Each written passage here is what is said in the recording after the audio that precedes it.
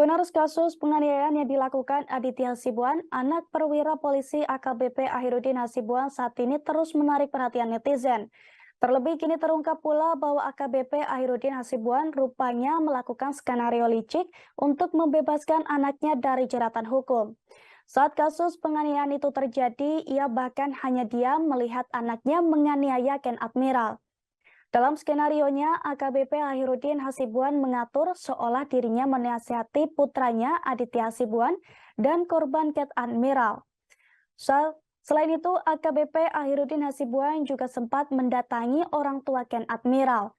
Namun bukannya meminta maaf dan berdamai, AKBP Ahirudin justru marah dan mencaci pihak Ken Admiral.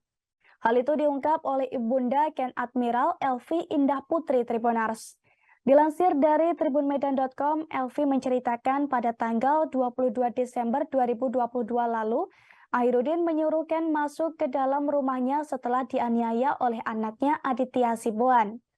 Elvi menambahkan ketika di dalam rumah, AKBP Ahirudin menyuruh seseorang untuk membuat video seolah dirinya sedang menasihati Aditya dan Ken Admiral. Namun Elvi menekankan hal tersebut justru berbanding terbalik dengan tindakan yang dilakukan, di mana AKBP Ahirudin Hasibuan membiarkan anaknya Aditya menganiaya Ken Admiral.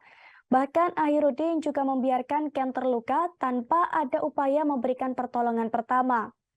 Ken saat itu tidak boleh pulang, AKBP Ahirudin justru memberikan nasi goreng untuk korban dan temannya. Saat itu pula AKBP Ahirudin Hasibuan menganggap kasus penganiayaan ini tidak berlanjut. Sebagai informasi, pada Kamis 27 April 2023 kemarin, Elvi juga membeberkan kondisi terkini Ken Admiral. Elvi menyebut kedua mata putranya itu masih sering sakit dan berdenyut akibat penganiayaan yang dilakukan Aditya. Bahkan Ken disebut tidak kuat untuk melihat cahaya. Selain itu, Elvi menyebut bahwa putranya saat ini tengah mengalami trauma. Meski demikian, Elvi mengatakan bahwa Ken sudah kembali ke sekolah di United Kingdom.